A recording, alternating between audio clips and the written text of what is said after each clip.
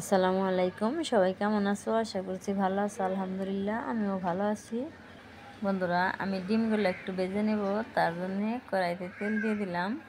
সবাই প্রথম থেকে শেষ পর্যন্ত পুরো ভিডিওটা দেখে নিও। আমি ডিমগুলো দেখো বন্ধুরা সুন্দর করে সিদ্ধ করে মাঝখান দিয়ে খণ্ড করে নিই। এইভাবে রান্না করলে কিন্তু অনেকটা মজা লাগে। এই জন্য আমি এই ডিমগুলো সবগুলো এখন আমি ভেজে নেব। বন্ধুরা, তোমরা সুন্দর সুন্দর কমেন্ট করো, আমার কাছে অনেকটা ভালো লাগে। বন্ধুরা, প্রথম ভাবতাম কেউ আমার ভিডিও দেখবো না, কেউ আমাকে সাপোর্ট করবে না, কিন্তু এখন তোমরা যখন কমেন্ট করো ভালো ভালো, অনেকটা ভালো লাগে। কমেন্টগুলো পড়ি দেখি, আমার খুবই ভালো লাগে। আমার সুনিয়ার আব্বারেও পরে দেখাই, অনেকটা ভালো লাগে। আমি ডিমগুলো সুন্দর করে ভেজে নিলাম, এখন আমি উল্টে দিব। উল্টে দিলাম, ভাজা হয়ে গেল। এখন আমি একটা একটা করে নামিয়ে নেব। বন্ধুরা, এখন আমি অল্প কিছু পেঁয়াজ দিয়ে দিলাম আর কিছু কাঁচামরিচ দিয়ে দিলাম। এখন একটু নেড়ে চেড়ে দিব। পেঁয়াজ কাঁচামরিচটা একটু হালকা ভেজে নেব আর বাকি মশলাগুলো দিয়ে দিব। সব মশলাগুলো দেওয়া হয়ে গেল। এখন আমি সুন্দর করে মশলা কষিয়ে নেব। বন্ধুরা, আমি এখন একটু বেগুন আগে কষিয়ে নেব, কারণ দুটোই নরম সবজি, তবু আমি বেগুনটা একটু কষিয়ে নেব।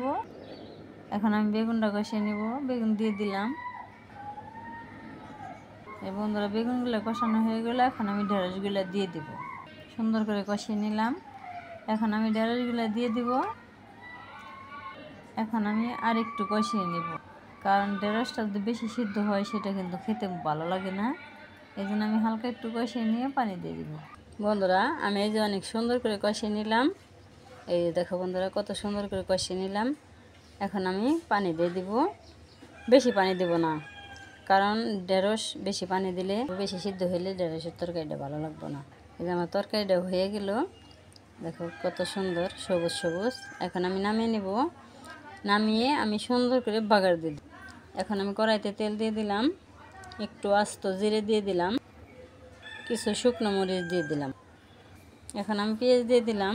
আমার বাগারটা হয়ে গেল। এখন আমি তরকারিটা ঢেলে দিলাম। এই যে বাগারটা হয়ে গেছে, এখন তরকারিটা দিয়ে দিলাম। একটু হালকা নাড়া দিব, বাগারটা মিলিয়ে নামিয়ে নিব। বন্ধুরা, এই যে আমি তরকারিটা নামিয়ে নিলাম। এখন আমি একটা একটা করে সব ডিমগুলো দিয়ে দিই।